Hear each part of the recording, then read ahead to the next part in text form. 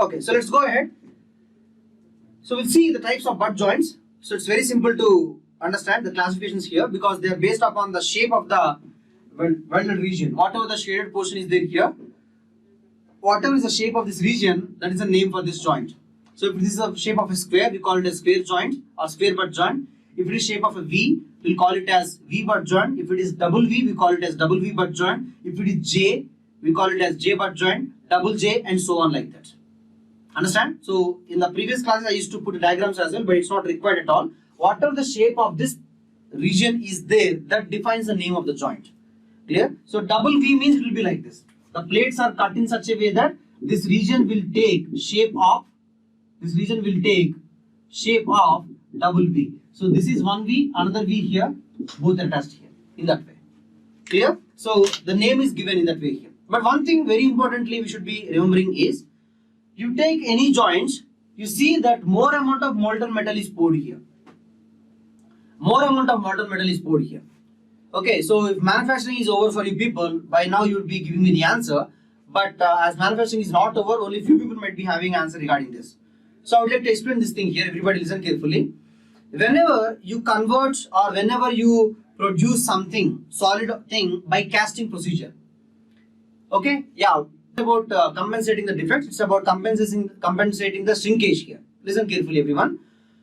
When you're taking some whenever you have a solid, okay, when you're heating it, it becomes a liquid. You take some metal, so you're converting a solid to liquid means you are increasing or you're decreasing the density. You're increasing the volume or decreasing the density here. So when you solidify a liquid, molten metal, what happens is it will shrink basically. First of all, due to there's a concept called as thermal expansion. Okay, we have studied about thermal expansion of solids in some. Okay, there will be like for example, a rod is there. If you heat it, will increase the length here. So final length is equal to original length into 1 plus alpha into delta T. Okay, so solid length will be increasing with respect to the parameter alpha. It's also a middle parameter there. So based upon the value of alpha, it will be increasing. If metal is having a higher value of alpha, for a less temperature also it will increase to a very high value. Okay, in the same way for liquids also same thing happen. They will have coefficient of thermal expansion as well. Now when a liquid tries to contract, so when a liquid is in temperature, when the liquid is at higher temperature, molten temperature, so this is temperature here. So I'm taking from liquid to solid only. Okay. So when you decrease the temperature, what happens is, it will go like this, okay? Then afterwards,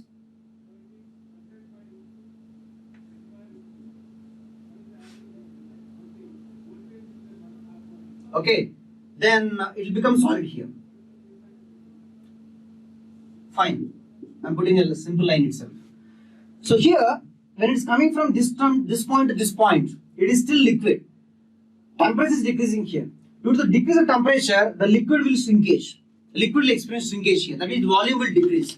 Whatever volume is there here will decrease to this point here. Understand? And whatever volume is this here, it will be going to decreasing this point here.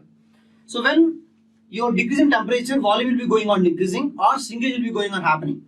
In casting operation, to take care of this shrinkage effect of this liquid, we will be using a riser. That means, let's assume that I would like to make a cylindrical member like this. Okay, so I'll make a mold. Okay, ideally speaking, if there is no thermal expansion, thermal contraction, anything like that, ideally speaking, whatever the dimension at which I would like to make it, same dimension mold cavity I should make it, and I should pour the molten metal. Is it right? It's a simple thing here. Okay, so what happens if there is no shrinkage, nothing at all like that? Then whatever the molten metal I kept, it will come out with the same dimensions. Okay, I'll be pouring into that one. But what happens is, here in real life scenario, shrinkage is there for liquid and also solid. Okay, so if you are pouring liquid, if you are putting same size here, if you pour the liquid into that, it will shrink. So you will get a smaller component here because it will be shrinking. It will be shrinking at the time of liquid and also it will be shrinking at the time of solid also. Once it becomes solid, till it comes to room temperature. Okay, so it will be experiencing shrinkage. So this will not come of the same size in real life scenario. So what they do is, they will increase this size. Okay, this is larger. Into the larger one, they'll pour the molten metal. Okay, into the larger one, they'll pour the molten metal. So after pouring it, the molten metal will contract. Molten metal will be contracting, so volume will decrease. So now we need the gaps also to be filled there. Exactly, pouring will not be that much easy. So we'll be using a riser. Riser means basically reservoir of molten metal, where that molten metal will solidify at the last. So when we are pouring there, from there it will be going on filling that. That will help you to cover up this volume molten metal shrinkage, this region here. So this region shrinkage is taken care by using a riser. Okay. Once it becomes solidifies, the solid also contracts. So to take care of shrinkage of solid, allowances are used on the patterns and molds. So you study in a detailed way regarding these things in casting subject or casting chapter. So basically you should understand that when a liquid temperature decreases, it will contract. Same thing, if you pour same amount of molten metal, okay, whatever the gap is there, what happens is after temperature is being decreased from here to here, it will experience contraction. Okay, so you expect the component to be like this expectation. Due to this thing, what happens is the molten metal will be there up to some height only. It will contract. So this we call it as the defect as undercut. So this is the depth of undercut.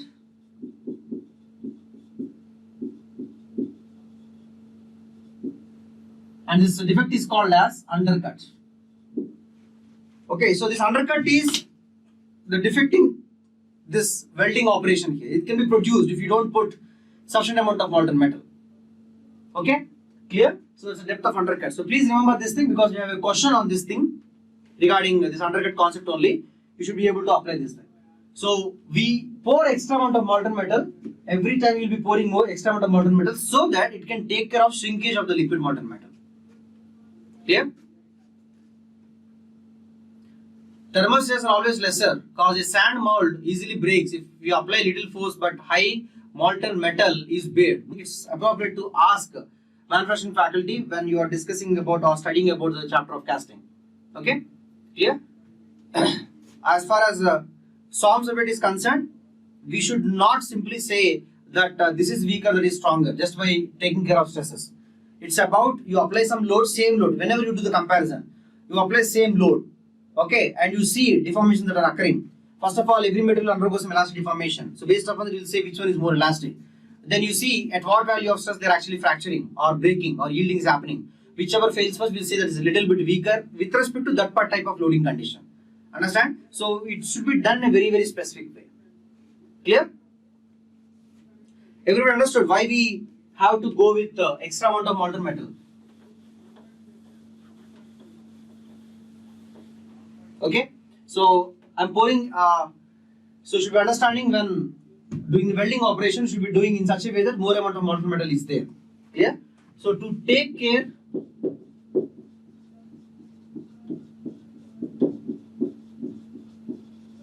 Undercuts. To take care of undercuts,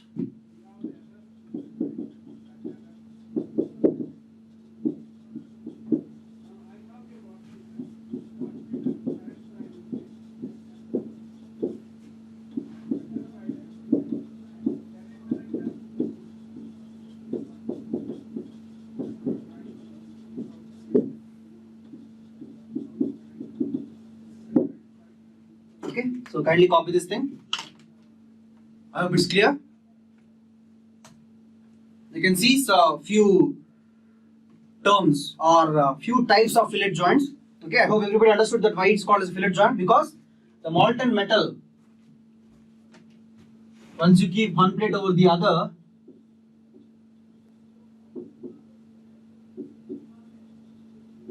this will be taking shape of a fillet. That's the reason why a lap joint is given the name as a fillet joint. Clear? So kindly copy everyone. Once it's over, please let me know. Okay everyone, so we can understand the diagram here. So single transverse fillet weld, first one. Second one is double transverse. So perpendicular to this direction or the arrow mark direction, we are keeping welding. So transverse, that's the reason why transverse word is used here. So if you are doing only once, it's called a single transverse fillet weld. If you are doing twice, it's called double transverse. So parallel to the arrow mark as loading direction, if you are doing the welding operation, it's called as parallel fillet weld. Clear? So please keep these names in mind. So few terms are very important, or actually two terms are very important in this fillet joints here. You should be very careful. They're a little tricky to while answering a question. Okay. So first term is size of the weld or leg size. Write down carefully and also listen carefully whatever I'm saying. If you take a fillet weld, okay, so let's assume one plate is attached with other plate using filleting here. So weld material will be here. If you take out this fillets,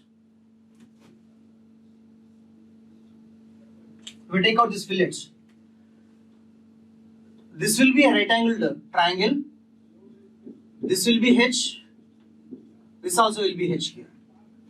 So the liquid will be taking that shape. So ideally expecting these two values should be same. Okay, very rarely, like if you don't do the welding operation properly, then only H and H will come different. So this H is called as size of the weld or leg size. Always keep in mind. This H is called as size of the weld or leg size. Kindly copy this diagram, everyone. Make it fast. Okay. Next one, look here. If I take the three-dimensional diagram here,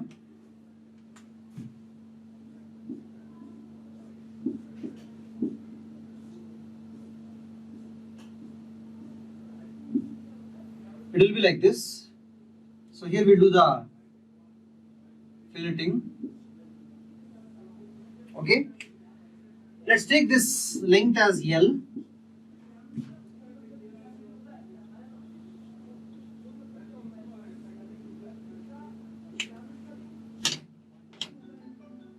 Okay.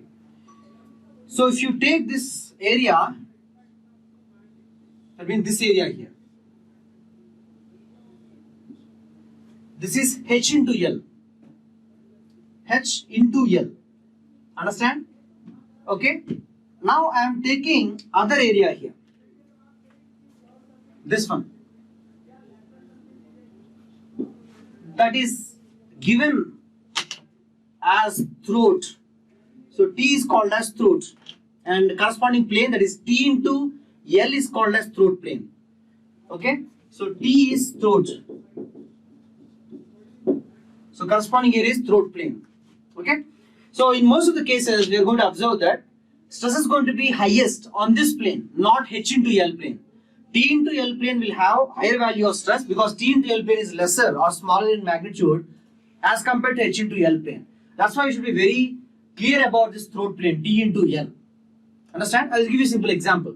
You take a loading condition where one load is applied on this one and another load is applied on this plate here.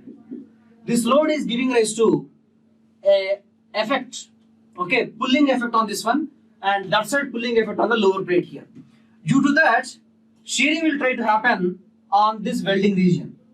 Shearing can happen on H into L plane or T into L plane. Same force can cause shearing on H into L plane, T into L plane. But which plane will experience more value of stress? H into L plane, that means leg size plane, or throat plane? May I know the answer here? Which plane will cause higher, which plane will experience higher value of stress?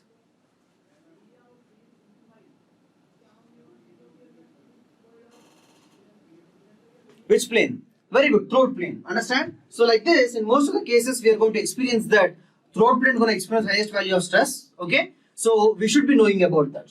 Yeah? Now, let's see the mathematical relation between T and H because it is simple geometry only. It is a right angle isosceles triangle. This will be 45 degrees. This will be 45. And this is throat. So this also 45 here. Okay? So if you take the relationship between H, T and L, T by H is equal to cos 45. Opposite by hypotenuse is equal to cos 45. T is equal to H by root 2. Okay? Or you can write down T is equal to 0.707 H. So T and H are always related. Unless they use the word throat, don't take the dimension as T. Sometimes they simply say size of the weld. Okay? So size of the weld is actually H. Okay? How to be very clear whether the dimension given is H or T? Sometimes that creates a confusion. Many times you people will forget that size of the weld is called as H. You cannot remember that. Remember, please remember that unless they don't use the word as throat, the dimension is h only. Clear? Unless they don't use the word as throat, use the dimension as h itself. But if they use as throats, that should be taken as t itself. In this part of welded joint, we are going to see that our SOM concepts are not completely valid, at least in one case. We are going to show one case where SOM concepts, that means force stress area relationship, is not giving the 100% results with respect to the practical experimental results there. Okay, but this case is nothing related with respect to higher concepts of SOM. It is simply load stress area. So, okay, so stress will be very high in the place where area is very, very less. So T into L is lesser as compared to H into L. So more stress will be there in the throat plane itself. Clear? Of course, the pure shear condition, because I am applying only shear load here. Done? So this throat is also given like this. So throat, it's also called as thickness of the weld at minimum cross-sectional area. The minimum cross-sectional area means this one here. Okay? So if you take the area of cross-section in this way, H into L, T into L, etc. T into L is the least value. Kindly copy this, everyone. So you can take the screenshot of this picture here. So few joints, welded joints with the common names: corner joint, edge joint, T joint here. Corner joint, edge joint, and T joint.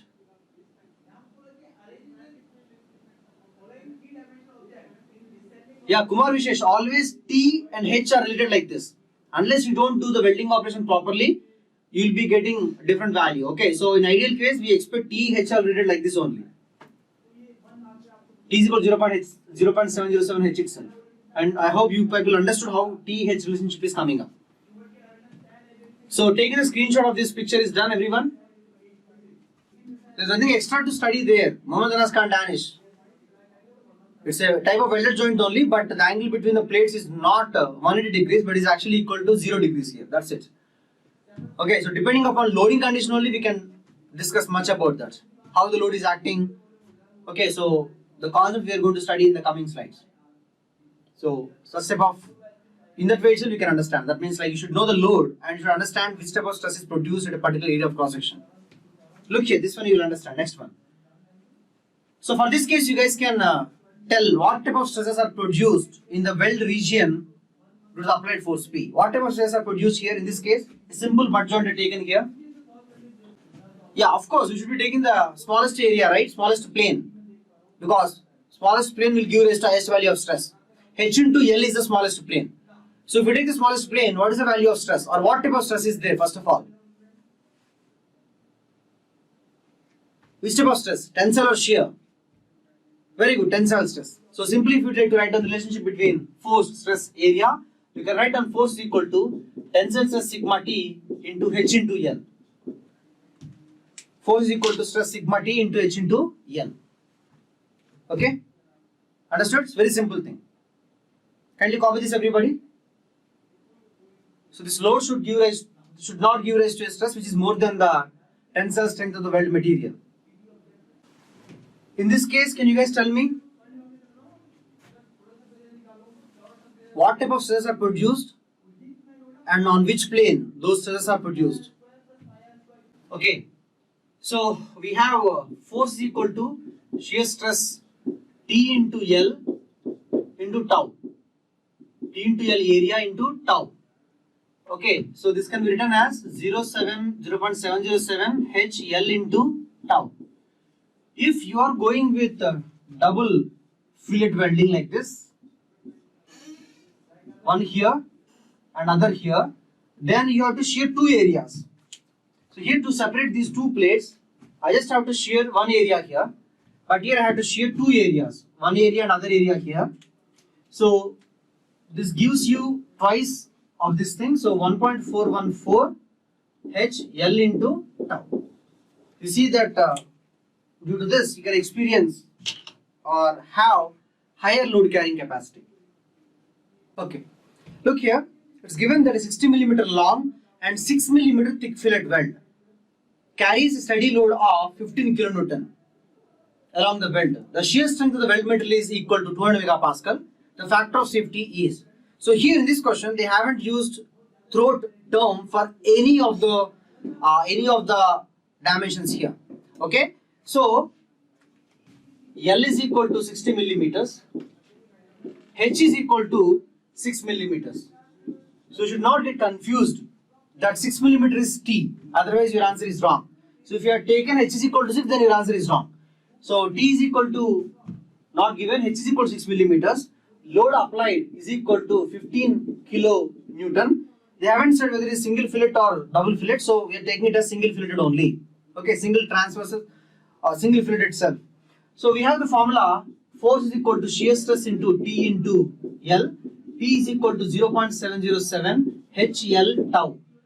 Okay, so from this we can get the value of tau as P is equal to P by 0.707 H into L.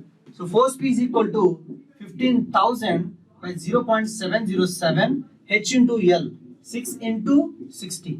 This is the value of shear stress in megapascal which is produced here. Let's assume it is allowable because they given the strength and expecting us to get the value factor of safety. So we have to use this one itself as allowable value here. So we have this thing is tau allowable. So factor of safety is equal to failure stress by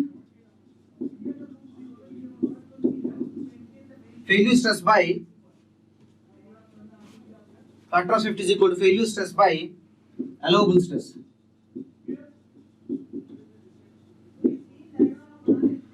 So failure stress value is given in the question as 200.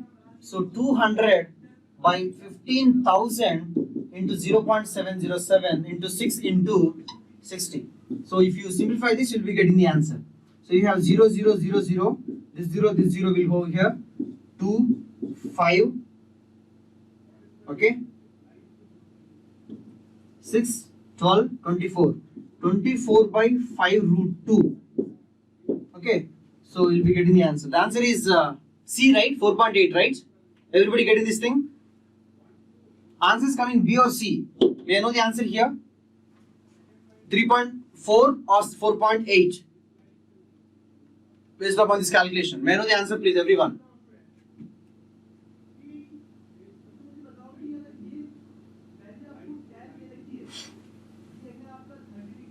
B only? Okay. So the answer is 3.4. So if you are taking H as 6, the answer is right, otherwise wrong. That's why I given this question here. Clear? Thank you so much, everyone. So let's go with the next one. So this is one a tricky question. You people have done it. Let's go with the next one here. If you take this butt joint with simple tension, whatever the H into L plane you are taking, that itself is the principal plane. Corresponding stress itself is the principal stress. So whatever you are thinking, that approach, this simple approach, both will give the same answer. Mathematically, both are same only. Clear? Yeah. We are going with the, in most of the cases or in every case, we are going with the most simplest way of getting the answer. Okay, we can solve in any way. We can apply the logics of SOM here at any level, but that should not create any confusion. Getting answer is very, very important. Okay, I'm rubbing the board. I hope everybody have done copying. Okay, so if you take this particular case, if you take the throat plane will be inclined to the applied force. You take this transverse fillet weld. This is the fillet, and we have the throat plane. The throat plane is like this. So if you take the force, this force is inclined with respect to this plane. As this force is inclined to this plane, we'll have tensile stress and also shear stress. Okay? In real scenario, what exactly to be done is, we should not directly choose this plane as the weakest plane. If you see the V.B. Bhandari textbook, there's a big derivation. Okay? We should be finding out this particular plane which is having highest value of stress. That is what they do is, they take some arbitrary plane at some angle theta. So let's take this as T dash here. So area is given as T dash into L. Okay. So they'll be finding out stress value. They'll be finding out the stress value at this particular plane, tensile stress and shear stress. And they find out the angle theta at which, sigma and tau are causing failure according to von Mises criteria. So I hope you people are a little bit getting surprised that we are using multiple concepts here. It's a big derivation where this planes area, correspondingly from the planes area or whatever the value of t dash is there, they'll be getting the value of theta where highest value of stress is coming up. Okay, where failure will happen. Okay, so that was calculated. But later, though calculations are showing some theta value, some 67.7 degree like that, you can see the derivation in the book there, that is not matching with the practical results. The experimental or the theoretical results are telling that failure will happen at this point of stress. But practically failure is not happening there, or failure is not happening at that value of stress. It is happening before that. Okay, the failure is happening before that. Clear? So in that way, whatever the results were done using this SOM approach are not valid for in the practical experience. So due to that reason, till now, there is no correct appropriate formula to design for these type of transverse fillet welds. But many cases are giving satisfied results if you are taking this throat plane only, okay, and considering that this particular plane experiencing complete shear stress. That means though this force is acting like this, okay, there should be some normal component and also parallel component. So only the parallel component will be actually causing shear stress, okay, but the normal component will be causing tensile stress. So we should neglect this and consider only this force P, which will be causing shear stress. So if you see the textbook, it's given that load force P is equal to shear stress tau into again T into L. And VB Bhandari textbook, they taken it as sigma. That means they are considering, instead of taking this as a force which is causing both tensile and shear, it's causing only tensile. But in NPTEL, they said that it should be taken completely as shear only. Then only they are matching with experimental results. In fact, a question came in GATE examination, which are going to make you solve after this, where you have to consider it to be shear stress itself. Clear? So taking like this, the formula will become P tau T into L. So if you write down in terms of H, it will become 0.707 into H into L into tau. So if it is single fillet, it will be having like this. If it is double fillet, like the thing which is shown in the diagram, so this is for single fillet. For double fillet, it will become double area 1.414 H L tau, double fillet. Clear? So more the number of welds you are doing, more is the load carrying capacity. Yeah, Kumar Vishesh. So in VB Bhandari, only difference is they will be putting sigma here.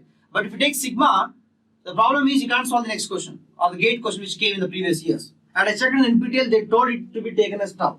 So anyways, it is the approximations to get the accurate results there. So that can vary from situation to situation and from book to book. But anyways, our IIT professors make question paper for us, so let's follow NPTEL thing here. Okay, everyone? Understood? So it is whenever single transverse or double transverse fillet weld comes, you go with this formula or either this formula. Now take this question, you'll understand from this one. Whatever we are doing, this formula is just the approximation, not the correct formula, because anyways, whatever you're thinking is right, I'm not telling it wrong. It's completely based upon the SOM approach, because SOM is basic physics which we have to apply here. Okay, so first of all, in the first place, this is not the plane where maximum stress will occur, or this is not the plane of failure.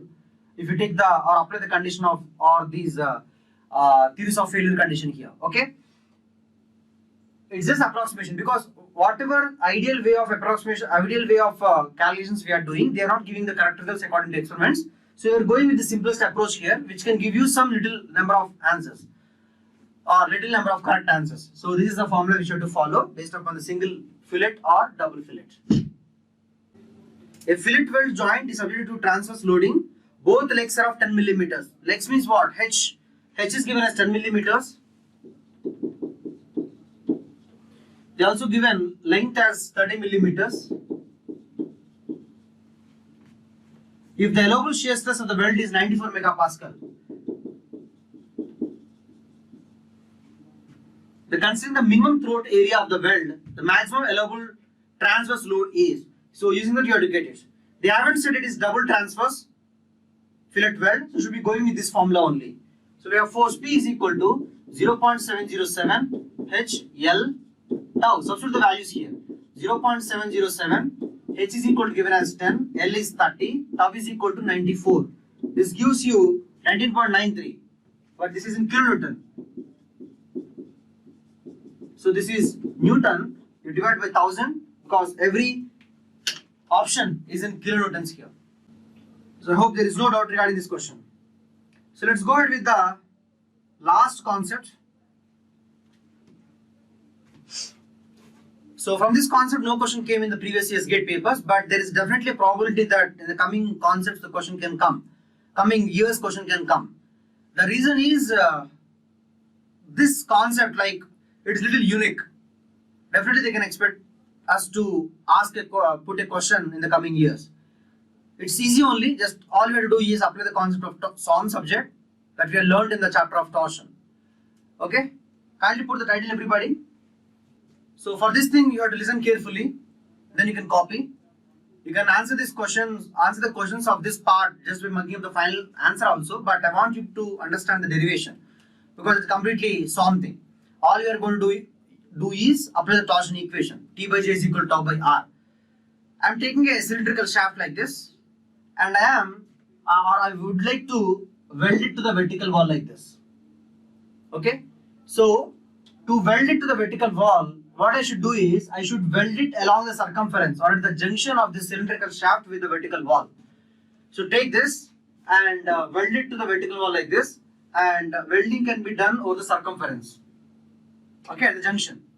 Now, if you take the side view, this is the wall, this is the shaft here. This particular weld region will take this shape. It is like this. Okay, so I'm taking this as diameter D. So obviously this should be taken as H. This is also H. Okay, now we would like to design this joint with respect to torsion. After joining, I would like to see how it can avoid torsion. Here I am not concerned about torsion of the shaft. I am concerned about torsion of the region. How strong is the joint region or joint weld material at the joint against the torsion here. Okay, how much maximum value of torque T it can take. You can see the diagram, three-dimensional diagram in the secondary screen. That's what we would like to get here. So to do that, we should be taking the area of cross section.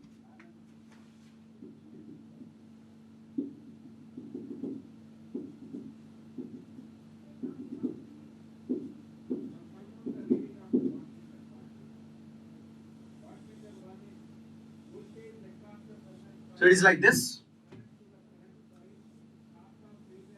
So whatever the area is there, the shaded area here, that is corresponding to leg size plane. I hope this is very clear. This is corresponding to leg size plane. Is it right? Okay. But if you take the area corresponding to throat size plane, I am taking the throat here. Throat is like this.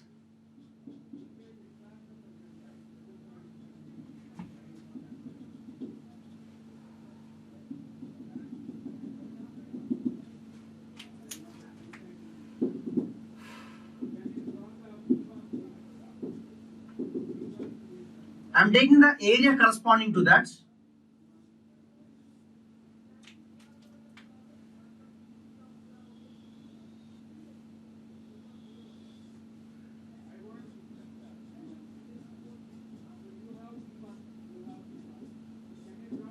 We see that throat area is smaller than this leg size area.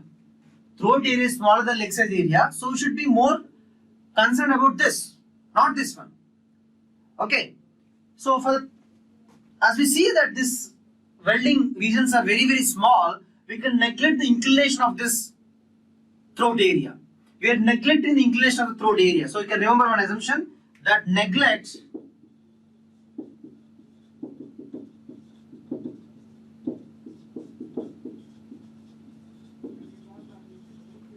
neglect inclination of throat area.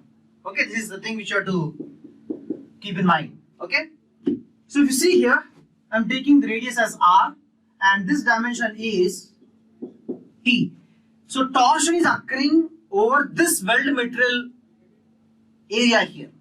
Okay, if you take only this area, it is nothing but area of cross section of a hollow shaft. Hollow shaft will be having material from inner radius to outer radius. So inner radius is r, outer radius is equal to r plus t. Inner radius is equal to r and outer radius is equal to r plus t. Now, if you apply the torsion equation, it will come out to be T by J is equal to tau by R. So torque is anyways the input. So tau will be corresponding to induced stress or strength of the material if you are finding out the maximum T that can be taken. R is nothing but maximum radius. So this comes out to be outer radius. So R plus T only. So the challenge is about getting the value of J. So normally if you are writing down the formula for J is equal to given by pi by 32 outer diameter power of 4 minus inner diameter power of 4. This can also be written as pi by 2 into outer radius power of 4 minus inner radius power of 4. If you substitute d as 2 into radius, 2 power of 4 means 16, 16 by 32 is equal to 2. So pi by 2 of outer radius power of 4 by inner radius power of 4. If you substitute these values and do the simplification, so j comes out to be like this, pi by 2 outer radius power of 4, that is r plus t whole power of 4 minus r power of 4. This comes out to be pi by 2 r plus t whole square minus r square. Okay, because a square minus b square, a plus b into a minus b, so a minus b into a plus b, r square plus whole square plus r square. Okay, now if you simplify this, so pi by 32, if you expand this, you will get r square plus t square plus 2rt minus r square. So r square will get cancelled out. So 2rt minus 2rt plus t square. Now for this one, r square plus r square, 2r square plus t square plus 2rt. Understood? Now here you do the whole expansion. I am just eliminating that particular step here. You do the whole expansion. Okay? After expanding, neglect after expansion. Not before expansion. Okay? After expansion,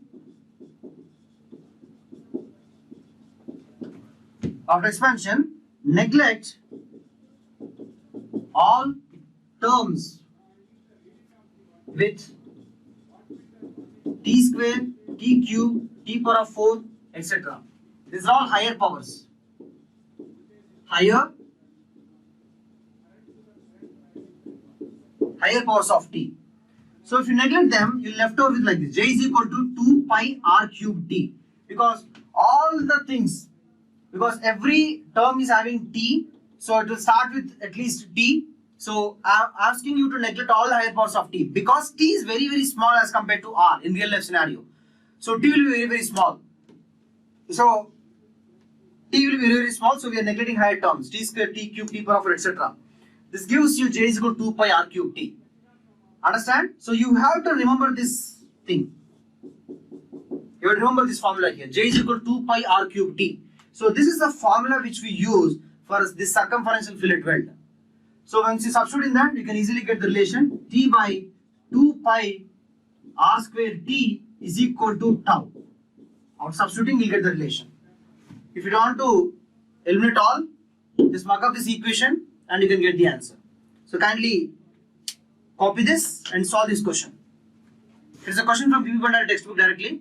So once you are done with this question, we'll take last question, which is based upon undercut and with a simple or with a little small trick or trap in the question. We'll do that and then we'll go with the next chapter. Come on everyone. I request you all to take the screenshot of the next question as well.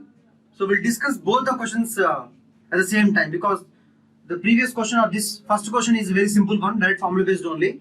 So we'll discuss at the same time. So take the screenshot of this question everyone. Done? So once you are done with the first question, you go with the next question.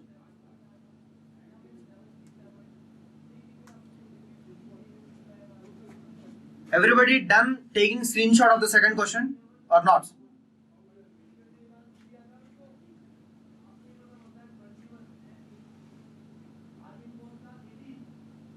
So this slide screenshot is done, right? I'll keep the first slide and I'll keep the first slide. So everybody took the screenshot of the second slide. The question on undercuts.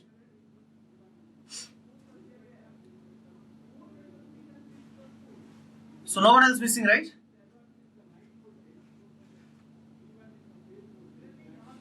Fine. So once you get the answer for this question, you complete the copying, then you answer for this question, and then you go with the next question. So we'll discuss the two questions solution together.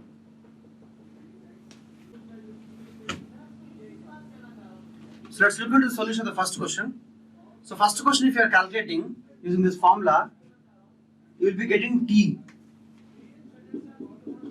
Okay, but that is not the answer for this question, because in this question they are asking, determine the size of the weld in millimeters if the permissible shear stress in the weld is limited to 140 megapascal. So you have to get the value of T, then from that you have to get the value of H. H is equal to, so T is equal to 0.707 H, so T by 0.707. So final answer come out to be 6.43 millimeters. So this is the answer here. So if you are giving other than 6.43, that means you stopped the calculation at T itself, which is not completely right. Clear? Done?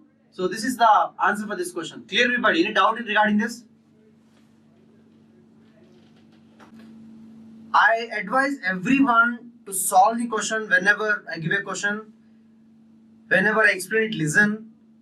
Okay, so be mentally present in the classroom. If you are thinking that you listen to the lecture, just copy whatever I'm explaining, then that means you are not putting your 100% effort in the classroom. Whatever the effort you are putting in the classroom, that itself completes majority of your preparation. Though I asked you people to do previous gate questions, those questions, like test series questions, like all these things and all, unless you are not strong with the content, no matter how effort you keep in all those steps, that will go in waste. So if you are understanding the concept thoroughly, that will happen only in the classroom. You can ask the faculty. Clear? So if you are clear with the concept, then your mistakes will be very, very less. Okay? Okay, fine. I'll give the solution here. Everyone's doubts will be clarified. It's given that a butt weld is developed on steel plates having yield strength and ultimate strength of 500 megapascal and 700 megapascal. So they are given that yield strength value as 500 megapascal and ultimate strength value as 700 megapascal. This is the data given. The thickness of the plate is 8 millimeters and width is 20 millimeters. It's a butt weld here. So if you take the butt weld, it is like this. So the thickness of the plate is equal to 8 millimeters. Width is equal to 20 millimeters. So into the board, width is equal to 20 millimeters. Just keep in mind, width is equal to 20 millimeters. Improper section of the welding parameters caused an undercut of 3 millimeters. So here undercut happened for 3 millimeters. So welding material is there for only remaining depth. So this is equal to 3 millimeters. So this will become 5 millimeters because it is 8 millimeters. The maximum transverse load in kilonewton. The maximum transverse load in kilonewton carrying capacity of the developed weld joint is. They are asking maximum load carrying capacity. That means what is the load at which it will break? That's what they are asking here. That's the meaning of that's the object of this question. I hope it is clear to everybody. Okay. The difference, a few people have given the wrong answer. The reason is due to this particular statement itself, which was not clearly understood by them. They're expecting us what is the maximum load that can carry. What is the maximum load after which this joint, we say it got failed or it will not be able to serve the purpose. Okay. So instead of taking yield point, we should take 700 megapascal ultimate point here. If they are given this fracture point, then we would have taken that. Okay, so we are assuming that like fracture is happening at ultimate point only. So we are assuming that like it is not the fracture itself. That means at the ultimate point itself fracture is happening. So at that point fracture is happening. So we should be taking that value of stress here. If you are going by this gives us a wrong answer. If you are taking only the material, weld material and you would like to say whether it is failed or not, then you should be going with respect to yield point, because we decided that ductile materials fail by yielding. But here it's not about material, it's about the joint. When we say joint got failed, so if we say yielding happened, once it got yields, still the material is intact. So still the joint is serving its purpose. Understand? Clear? So we should be going with 700 megapascal. So if you take the force stress area relationship, force is equal to strength SUT into area. So area here is equal to given by SUT, area is equal to 5 into width, 5 millimeters into width here. So SUT is equal to 700 megapascal, 5 millimeters, width is equal to 20 millimeters. So this gives us 70,000 Newton, because I substituted area in millimeter square. This is in newtons, sorry, megapascal. So you'll get it in newtons. So this, they're expecting us to give the answer in kilonewton. If you enter the answer 70,000, then you'll get 0 marks for this question. Understand? You should be entering the answer as 70 kilonewton. So this is the answer for this question. So if you see the gate solution paper or answer key paper, the range will be around some 68.5 to 72.5, something like that they are given. Okay, which is some this side, that side. Okay, understand? The answer is not 50 kilonewton for this question. Kindly remember this. Though it is easy, but it is little tricky. We should be taking care of that. Okay, everyone, it's clear? No doubts? Okay, so you can see the summary here about this chapter. We are done with the whole chapter. Caulking is done using a tapered tool. Fullering is done using a flat tool, and fullering tool will be having the thickness equal to the width. But remember, the width will be in the inclined width. If the plate is like this and edge is like this, so the hammer or the thing should have this amount of width here. Okay, clear? And the basic concept or basic logic based upon which we are able to achieve leak proofness is by plastic deformation in caulking and fullering. So we can achieve 100% leak proofness in riveted joints. Okay.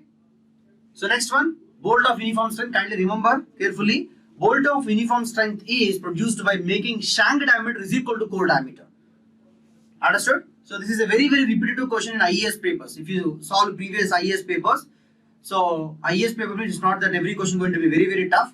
So they cover every part. So IAS paper strategy is different. They have objective paper, they have objective paper, they have conventional paper, and every part is covered. Okay, it's not that, and they have multiple papers, paper 1, paper 2. So they'll cover every subject. So every subject is having importance there. It's not that you can leave one subject or leave on some concept. Clear? So the questions level will be from very easy, that means less than the gate level, to higher than the gate level as well. I'm not saying IAS questions are not tougher than gate, but we have questions lesser than gate level as well. Clear? But gate is all about aptitude. So if you have aptitude in first part of the chapter, or at least 50% of the 50% of the subject, that means you will have the remaining 50% as well. That's why they vary the weightage and all, and they cover up or they take your score from a single paper itself. Okay, everyone. So this completes our second chapter, which is the biggest chapter. Okay, so we're done with the first biggest chapter, that is designed for static and dynamic loading, and also this chapter that is designed for joints here. Now we are going with relatively smaller chapters only. Today we will try to see to what extent we can complete the bearings part here. Okay. Thank you so much. I hope there are no doubts. For remaining people who haven't given me answer to the previous questions, I advise you guys, don't sit idle in the classroom. Don't wait for the recorded lecture. Don't take it lightly. Just you put effort in the classroom. Okay. So we'll start the class by 4:45. Thank you so much, everyone.